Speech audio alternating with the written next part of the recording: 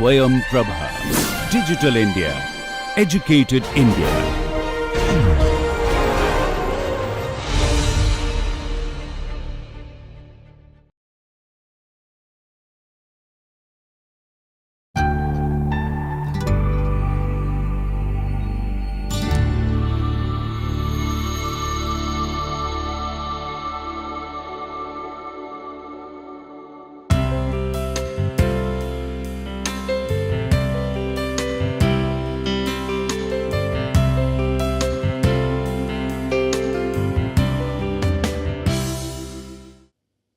Namaste, hello everyone.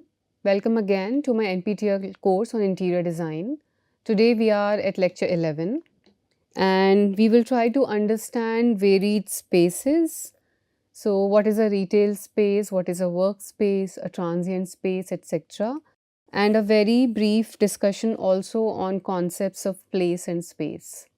So we will try to understand each of this typology of space along with the concepts of place and space. I have tried to put together some videos which will help your understanding deepen about the different kinds of spaces that we are talking about.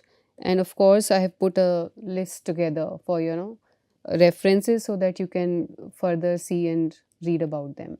So when we talk about retail spaces in the interior design industry or in the interior architecture domain, retail spaces are very, very important. They generate a lot of revenue and they are very, very sought after as far as the interior design industry is concerned. So when I say retail spaces, these are the spaces that sell products, services and experiences. So you might have been to a Tanishq store, Adidas store or a Nike store, etc. So these are all, different kinds of retail spaces. And when we talk about designing of retail spaces, it's very important that the design reflects the brand values. And, there is an attempt to capture positive relationship between the brand and the customer. So retail interior design basically refers to organizing and designing of retail spaces. And the prime objective, like I was telling, is to focus on the brand narrative, to enhance the spatial experience, build a relationship with the customer and try to invite them, design it in such a manner that they become your repeat customers, etc. Now, there are some very crucial principles, that any interior designer must try to employ, especially with regard to the retail store design. So the first one is the visual merchandising or the VM. And the primary goal of VM is to boost sales, to draw customers, and have persuasive window displays, have interesting in-store display and layout that will entice the customers. It will make them stay in the store for longer time. It will help them make purchases, and it will also have positive shopping experience and good user experience for all the customers, and they would want to come back ideally. So that would be a successful retail store design employing the principle of visual merchandising. Also, it's very important how the layout of the store is conceived and executed. So, it's very important that when we talk about the retail store layout, we understand how retailers arrange their inventory, product displays, and store fixtures. So, these are very, very important aspects. And this kind of a store layout, it requires, carefully utilizing the available space, and it has to impact the customer experience in the maximum possible way because it is going to greatly influence their purchase behaviors. And it's very also important to capture and capitalize on the five senses, and that will also be very, very crucial aspect of design.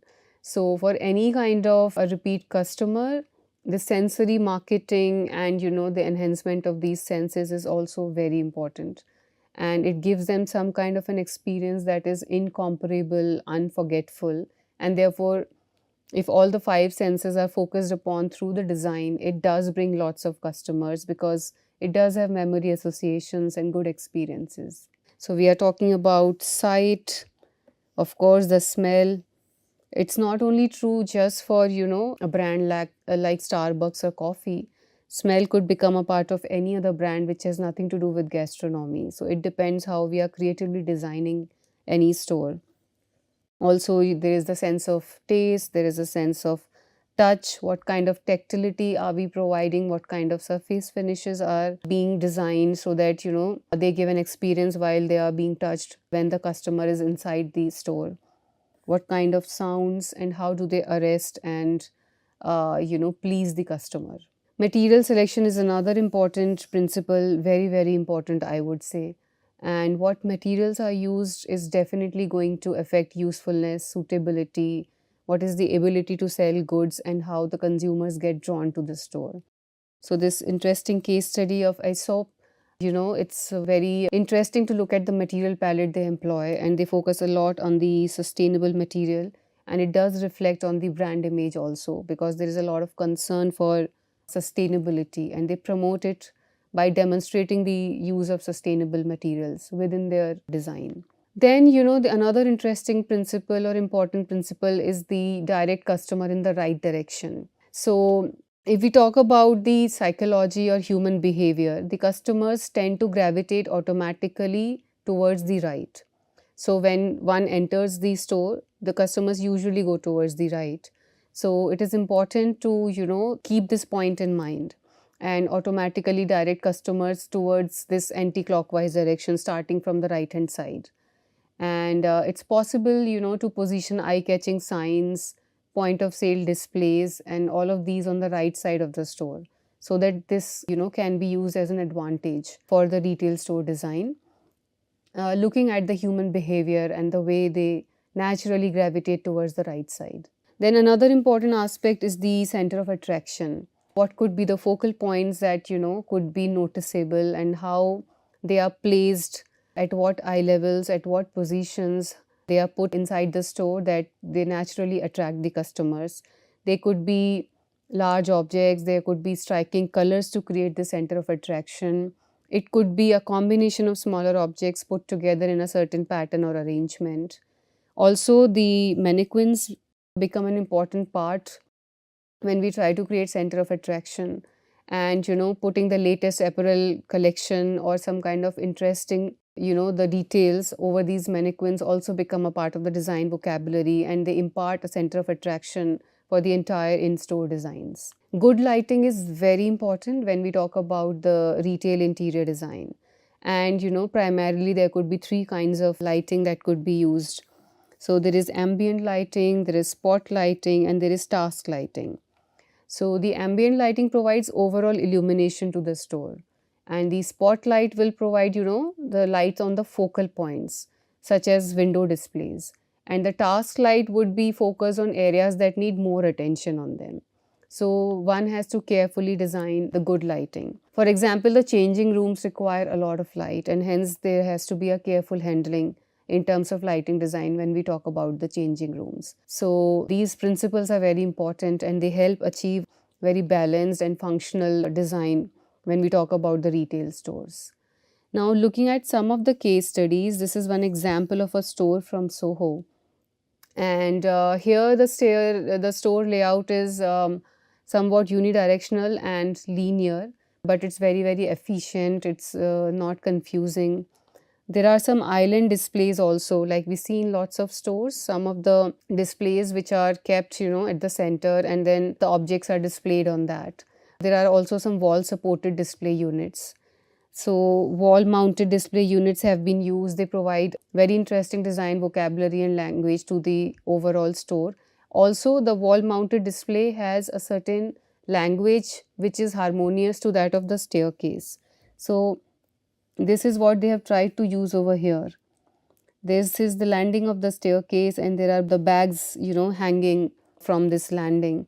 So this entire harmony is created, and there is a flow of spaces, or continuity has been maintained when the customer is navigating through these spaces and looking at, different objects. So display system is relatively simple, but it is very, very elegant, and it's done very efficiently. Here, if we look at the layout, there is a color coding to help understand the different kinds of products that have been put together.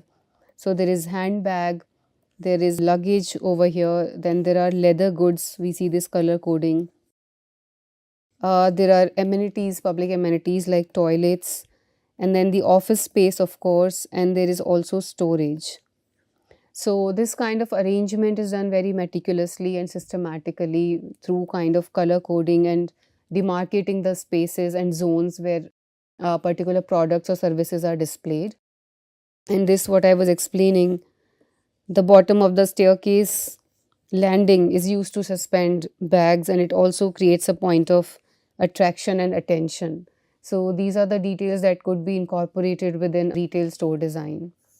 And this is the exterior facade that is seen over here. This is the conceptual diagram and the detail we already saw on the previous two slides. Again, now very famous Dolce & Gabbana, that's a case study over here. And this is primarily the interior renovation of, DNG Venice Palazzo. And here the vision was celebrating both the richness of the product as well as city's cultural history.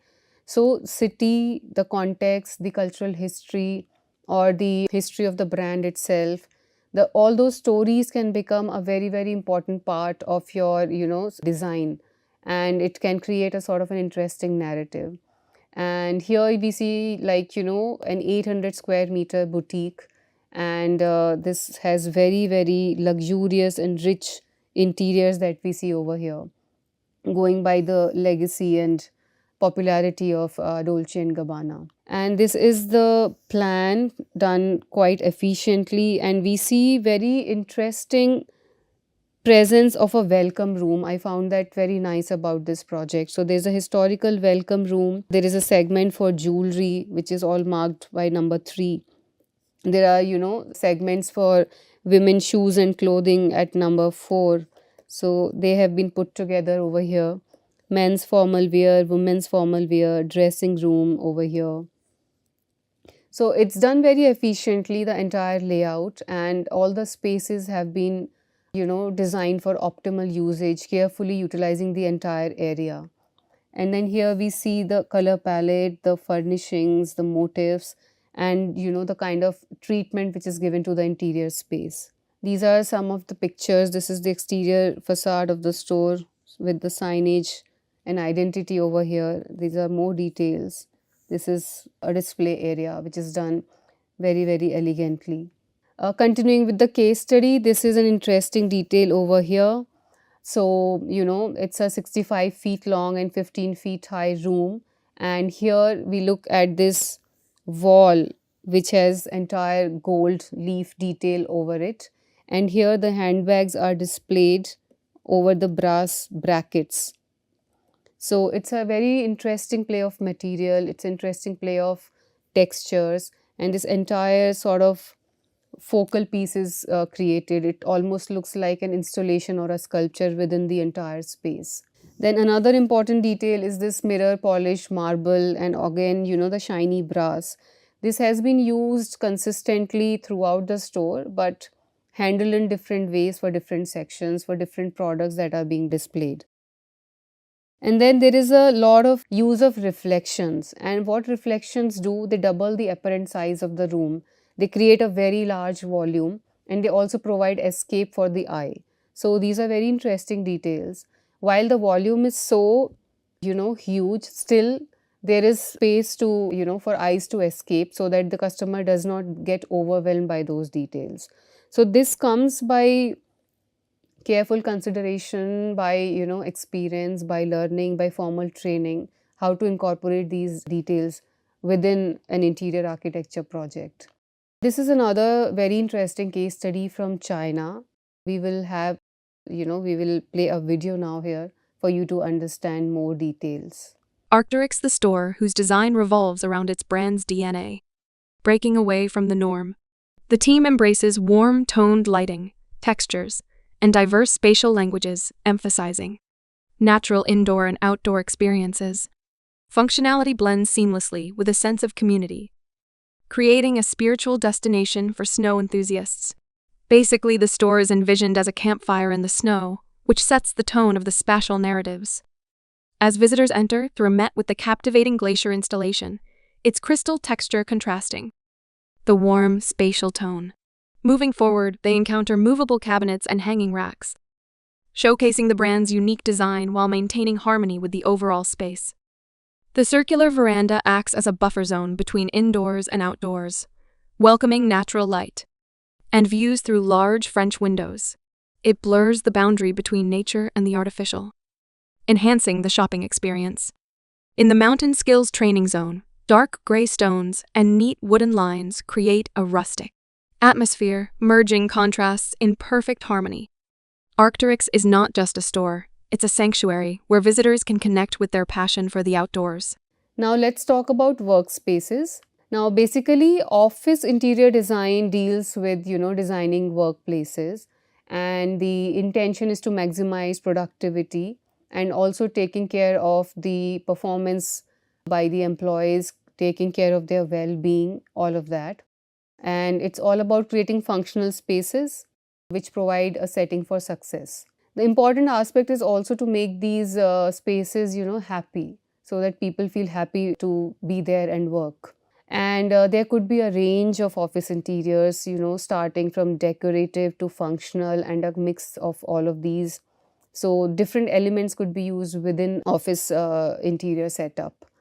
And there have to be important considerations, everything starting from furniture, color, material palette, to lighting quality, what is the decor like, and what are the sensory experiences within the space, while trying to capture the essence of the brand and create a story about the organization. So it's a very meticulous process, and it has to come together as a cohesive piece. There are some important principles when we talk about workspace design. So the important part is how we are designing the common spaces or common areas. So these spaces, they could be dotted with seats and coffee tables. There could be impromptu brainstorming sessions that happen here, or it could be just for a quiet contemplation and maybe just a break from work. They are ideally not meant for roundtable discussions or sessions. And a big table or lines of counters, they could provide great spots to relax. They have some kind of a spirited chat, but they're not great as such for long work stretches, because for that we have more ergonomic and comfortable office furniture and office setup. Then another important consideration is the sound quality and sound masking. So sound quality is very crucial for any company's workplace environment, and there is a wide array of products which is available, something like a custom colored panel all the way to an architectural element that could mask sound or create a calm productive space. All of these will come handy while designing, good office interior space which has sound masking. Then also it's important to incorporate natural lighting. We have been talking about well-being, indoor air quality, indoor environment quality, health perspective, how to get our projects designated as green interiors. So natural light is very important for, the employees to feel rested and positive, and it impacts their overall health and performance quite a lot. So there are few tips which could be used for incorporating natural lighting into any office space. So for example, using smart glass panels that adjust from transparent to opaque instead of interior walls could be like one tip or strategy. Then also keeping the lines of furniture and storage clean and minimalist could also be an interesting way, to allow natural light to reach every inch of the space. And then considering partitions and architectural accents instead of walls for ensuring privacy. There could also be use of reflective surfaces to maximize the impact of natural light. And then, those surfaces could also be lighter in color so that, the light is reflected well and it's not absorbed as much. Then there are gloss finishes, mirrors, and lighter colors, like I was telling.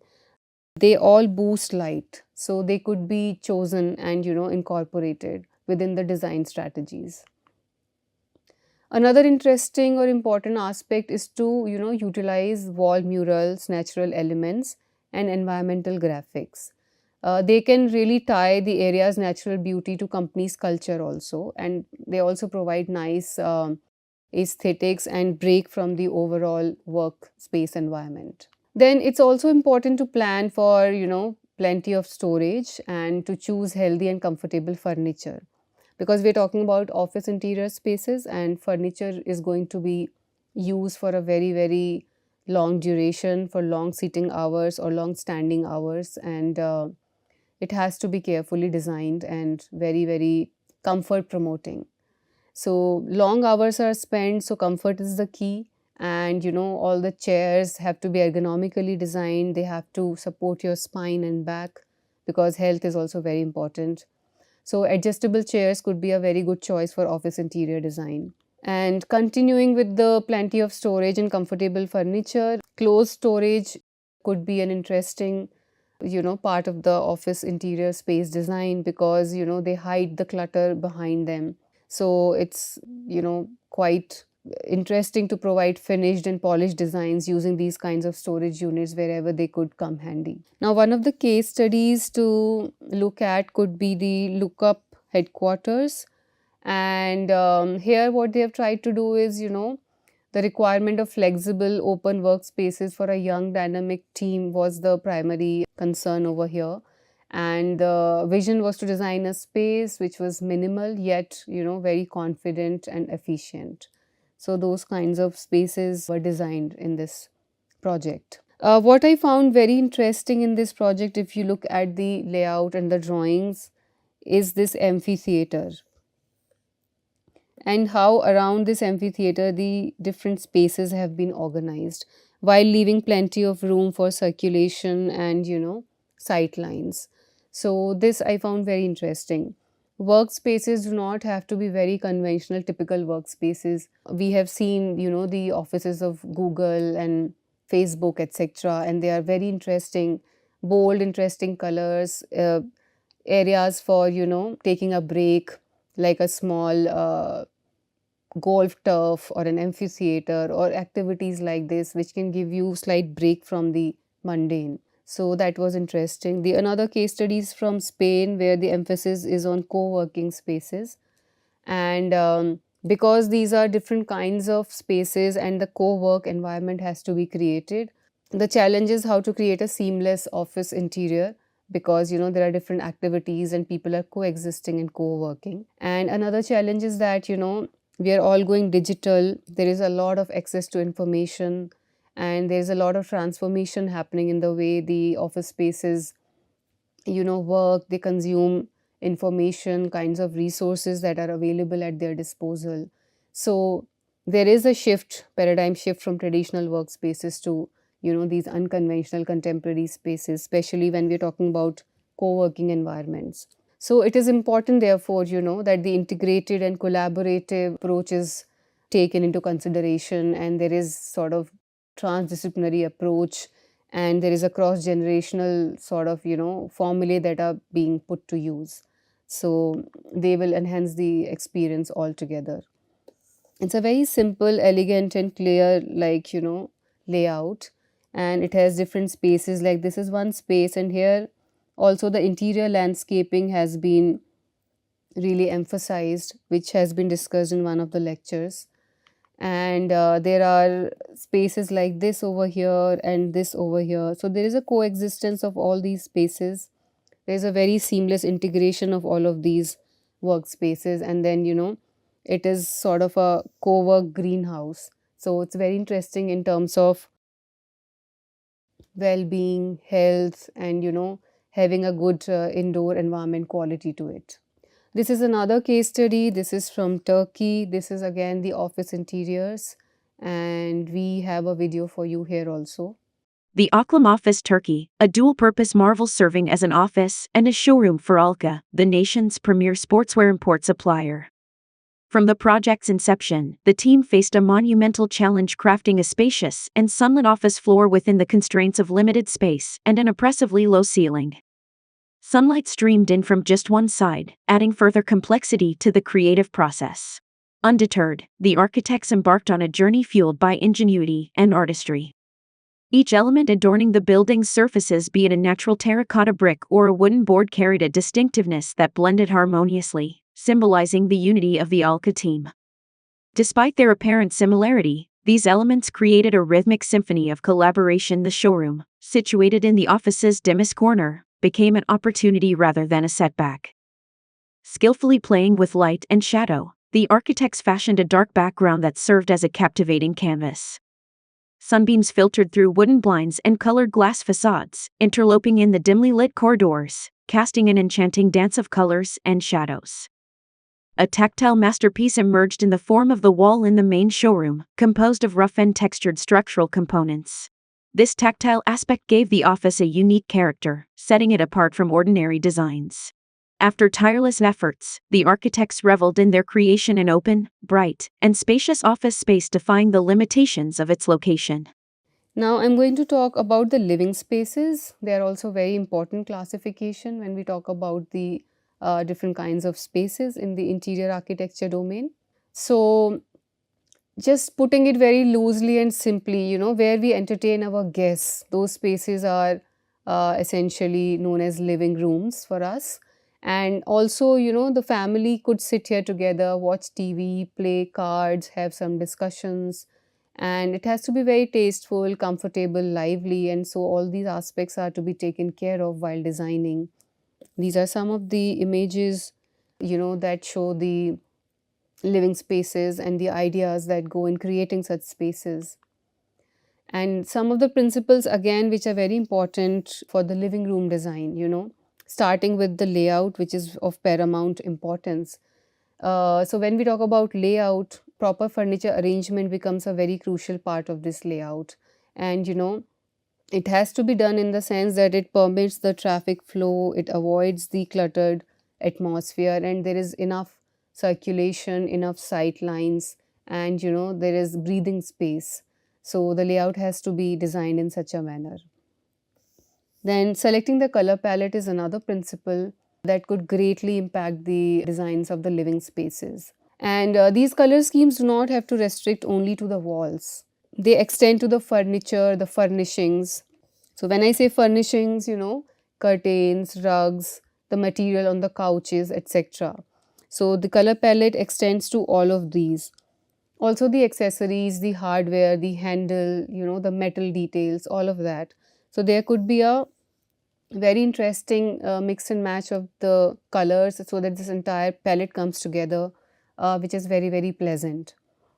And this entire palette could be used keeping in mind that these could be used across all these areas, and either they could extend to other parts of the project, or they could create like distinct space zones with different kinds of color palettes or different kinds of details used within those subspaces. Then of course deciding on the flooring and walls, that's very important for any living room space. So the living room flooring, it can have an understated presence, or it could also have an eye-catching feature, depends what is the taste of your clientele. And the walls are going to have a major influence on the appearance of this room and the space which is going to be used either by the guests or the family itself for, coming together for certain aspects.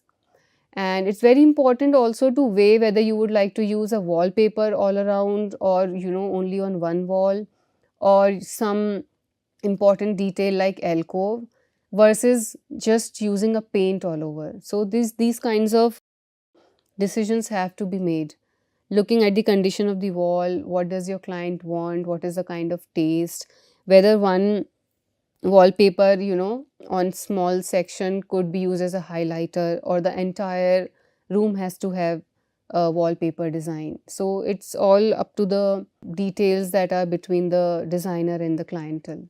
Then also, like, what are the factors in the living room storage? They could become very important while designing living spaces. Of course, sufficient storage is very important, and designing storage has to be, a very smart activity.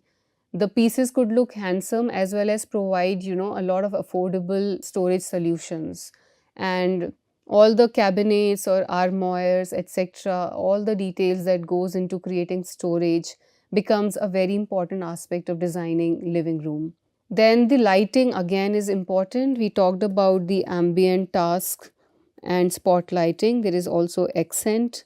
So these kinds of lighting come handy, and when we are talking about a living room, this kind of a mood creation and using accent lights becomes interesting. Then the dress up windows. So what kind of window treatments are given within a living room so that there is an enhancement to some kind of a decor while keep in mind the functionality. And also, when we talk about the windows, the primary concern is how to provide privacy.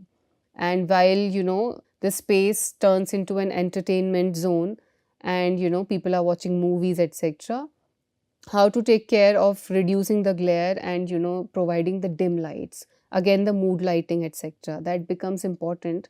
So how the openings and windows are placed, where is the orientation, how they are designed, so that they all sort of enhance creating this kind of a environment which is conducive for watching movies, etc., becomes an important part of the design. This is a case study. This is an apartment case study. And here there was an interesting application of some creative principles, in the sense that, the new and old, how do you create a space for all kind of end users. And, while you are using some rustic or industrial elements in this design, how also there is a mix and match with some, delicate objects or systems to create this interesting environment and space.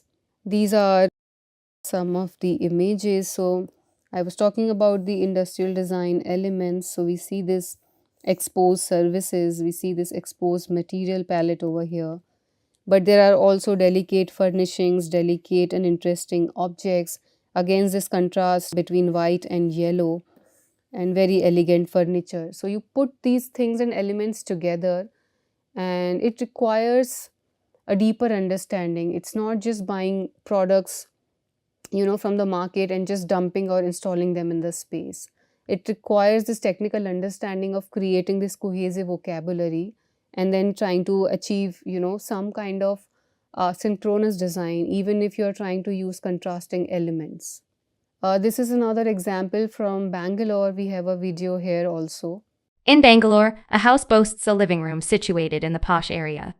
Upon entering, the space divides into two sections, the living room and the dining room. A minimal and eye-catching entryway closet greets visitors, featuring a metal mesh board world map and a pretty flower vase, adding an element of beauty. Adjacent to the entryway closet is a beigey white couch, accompanied by two chairs with floral textures that complement the minimal couch and infuse colors into the room. A coffee table with wrought iron legs serves as a statement piece. Additionally, two jute-woven mud hacks act as attractive additional seating, with a white rug bringing everything together. The living room boasts 3 large windows that reveal lush greens in the locality when the sheer curtains are drawn. Ample sunlight and daylight enter the space. On the other side of the living room lies the dining area, with elements that harmonize with the living space, featuring similar colors and lighting. Now let's talk about restorative spaces. These are very, very important spaces. They are designated areas that allow workers to take time off work and, ensure their well-being. And it takes care of, mental health, physical health, as well as the emotional well-being. So designing these kinds of spaces is challenging, and it requires a lot of responsibility on the part of the designers. So restorative spaces, basically just trying to understand them slightly in depth. These spaces can help, cultivate the sense of privacy and comfort. And while the employees are in office, it is still possible to create a sort of a home environment, so that, the employees feel at home, because these are long working hours that one gets to spend in office setup. So these restorative spaces are sort of breathers and, breakout points. And they support occupants, by making it a priority rather than an afterthought, that, the wellness is important, the caretaking for the employees is important. So it becomes a part of the design process itself. So restorative spaces basically include different kinds of colors, textures and tones that would typically be used in home interiors to create this kind of a homely environment within, workspace. And we are seeing increase in the use of neutrals and grays to provide a sense of calm, complemented by earthy greens and blues to ground the space for employees. So these are some examples of restorative spaces. Now the key features of restorative spaces, starting with the sense of privacy. These spaces support levels of privacy, whether an employee needs a quiet moment alone. It could be for an emotional release, or it could be just in a small group sharing it with, trusted colleagues and friends. So that kind of zone, privacy zone, can be provided through restorative space design. Now, it can be achieved through clear boundaries and lockable spaces, also through some kind of zoning, and then using some signaling devices that these devices indicate that the spaces are occupied from a distance. So it's possible to achieve this kind of sense of privacy. And also the sound masking that we keep talking about in some of the interior design projects, especially of course office interiors, and again restorative spaces are sort of part of office spaces as well. So sound masking using nature-based sounds, for example, bird sounds, bird songs, etc., could be an interesting strategy for designing restorative spaces.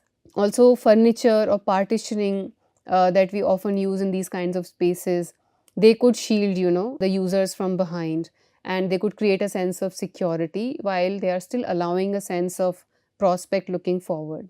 Then visual stimulation is important aspect or principle to be applied while designing the restorative spaces. So our visual sense is the most dominant when we talk about the five senses, and therefore it is very, very important to have just the right level of stimulation, and so that we don't get overwhelmed. So this is an important part of the design. It can be achieved through natural light or adjustable artificial lighting, using images from nature or real forms of nature like plants, or using a very muted and calming color palette, which just gives the right amount of visual stimulation. Then, there is something known as NRSS, which is important. So it means incorporating views of gentle movement through plants or materials and soft breezes, water, dappled light, some kind of kinetic sculptures or installations within these kinds of spaces. So they provide sort of an imagery and, just take your mind off work and gives you some kind of break.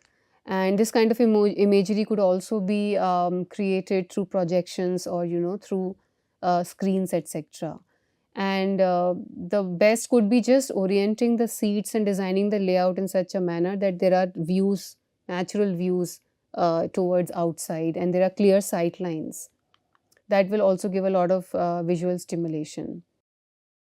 Adaptability is another important aspect. So the baseline of sensory stimuli should be very low. For example, any colors, patterns, textures, acoustics, they should be suitable for the most sensitive of users. So we have to really take into account even the most sensitive user for whom this is being designed. And there can also be additional sensory elements, and we can provide a personalized experience as well in different zones. And the adaptability can further be achieved through dimmable lights, adjustable lights, some kind of operable blinds, window blinds, etc. And video screens, audio, files that are being played over there, and so on. Another way of achieving adaptability, could be the atomizers with natural scenting. So there is also the sense of smell. And of course, the seating can be moved and shuffled and arranged and rearranged for comfortable positioning, etc. This is a small scale case study and very interesting spaces over here that we see. And this is an example of how small scale restorative spaces can be created while we are still employing well positioned seating or furniture over here. So this is on small scale, nonetheless very interesting. This is a case study on large scale where a lot of different principles have been employed, starting from natural lighting, creation of recessed spaces like this. This is for the natural lighting over here. Furnishings and curtains for both control and privacy. Then reclined seating and how the furniture is designed. What kind of floor mat is being used over here, which is very interesting and restorative. And diversity of textures, lots of tactility, very, very diverse material palette and color palette, etc. So this is a large scale restorative space, and it could support multiple occupancy, like somebody is using this zone, somebody is using this zone, somebody could sit here next to the window. So it's providing that diversity, how this one single space could be used by different occupants for different restorative purposes, and whatever their sense of restoration is, there are possibilities within this single space.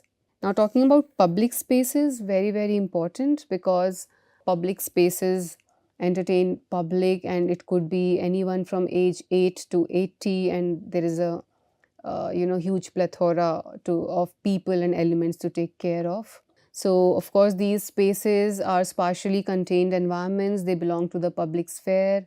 These are spaces in which civil society can be seen to operate, and it's very, very important to really, design them well. And these are places of also, sociability, entertainment, leisure, commerce, as well as promoting, your cultural roots and activities aligned with tradition and culture. Some of the images of public spaces, some examples. This is the case study of one restaurant in Mumbai, and again there is a profound use of lighting and interior design in terms of landscaping and plantation and the way the elements have been put together. So we also have a video here. Seesaw, the delightful all-day cafe nestled within Mumbai's prestigious Geo World Drive at Bandra Kurla complex. As you step inside Seesaw, you'll be embraced by an ambiance that beautifully mirrors the refined, homegrown essence of its menu. The interior design effortlessly harmonizes earthy and chic elements, creating an atmosphere that exudes both comfort and sophistication. Warm neutrals and earth tones dominate the color palette, inviting guests to relax and engage in meaningful conversations, fostering a sense of communal comfort. The open kitchen and bar area boast a rustic charm, adorned with terracotta tiles perfectly complementing the cafe's overall ambiance. Light green textured walls gently transition to deeper shades above, adding depth and intrigue to the space. The meticulous artistry of hand-laid Indian stones by Greenheart Floors forms a mesmerizing mosaic pattern on the floor, infusing the surroundings with artistic elegance. Above the seating area, a captivating timber and jute ceiling installation gracefully hangs, showcasing an intricate tapestry of false coffers interwoven with fine jute rope. This remarkable design not only captivates the eye, but also serves a practical purpose, reducing noise levels to create a tranquil dining environment. Concealed cove lights within the installation gently illuminate the space, casting a diffused glow that adds to the enchanting ambiance. Throughout the cafe, thoughtful seating arrangements along the glazed periphery offer guests picturesque views of both the indoor and outdoor landscapes. Then let's talk about transient spaces. We often do not talk about transient spaces, but they are very important aspects or very important typologies when we talk about spaces. So transient spaces actually serve as transitional zones or passages between different functional spaces. They are very important, and they are typically used for circulation, movement, or they act as connectors between different spaces or rooms. And they play a crucial role in enhancing an interior environment's overall flow, aesthetic appeal, functionality. So crucial to look at. Now, there are, of course, design considerations when we talk about transient spaces, and a lot of importance has to be given to factors like, again, material, color scheme, furniture placement, lighting, the overall design of the gate or the door or the doorway itself. So it is this attention to these details which will, sort of ensure that these spaces are functional, as well as they sort of provide an overall aesthetic coherence and user experience within the entire interior design or interior architecture project.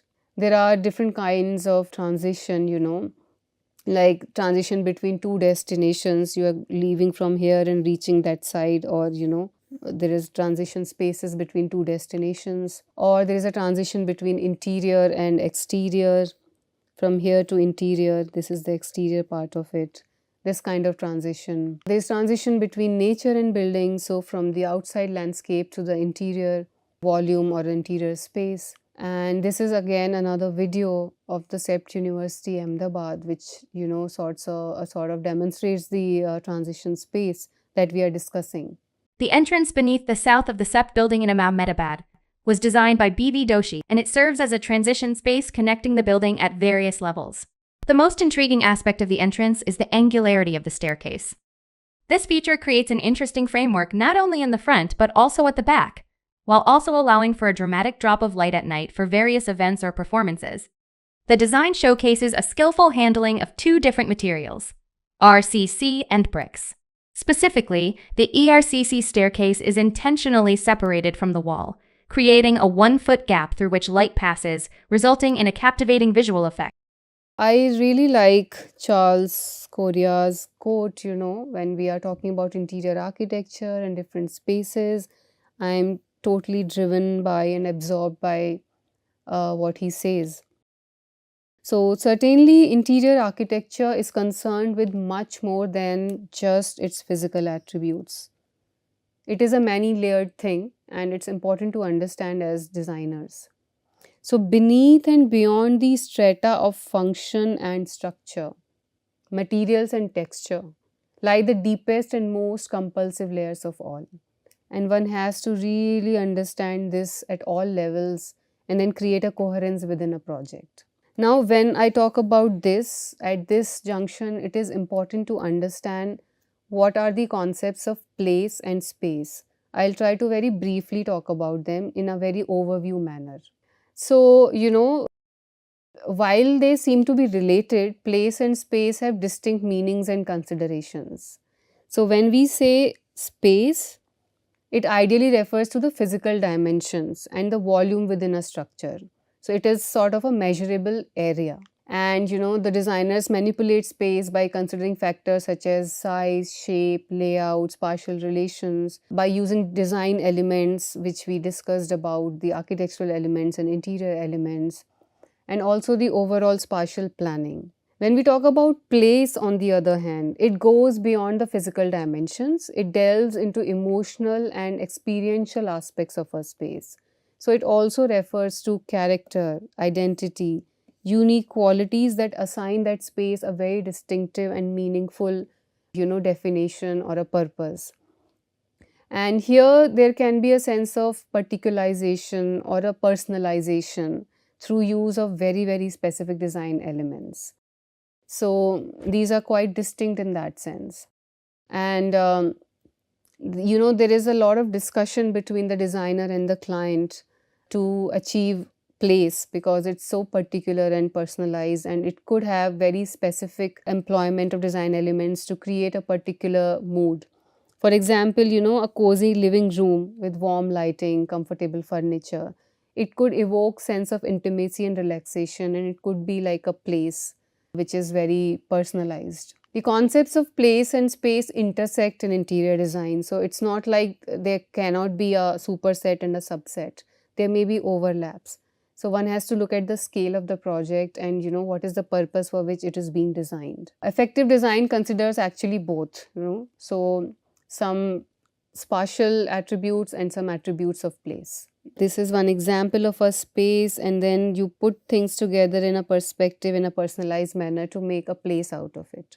So it's a thoughtful arrangement of different elements and careful selection of material and attention to details to create this kind of a sense of place. Now, the next lecture, continuing with the discussions that we have been doing today, will focus on important aspects, again, such as materials, finishes, specifications, some kind of application techniques, etc. So, I will see you then and I will discuss all these details. Some of the references that I have put together for you. Thank you so much. Namaste.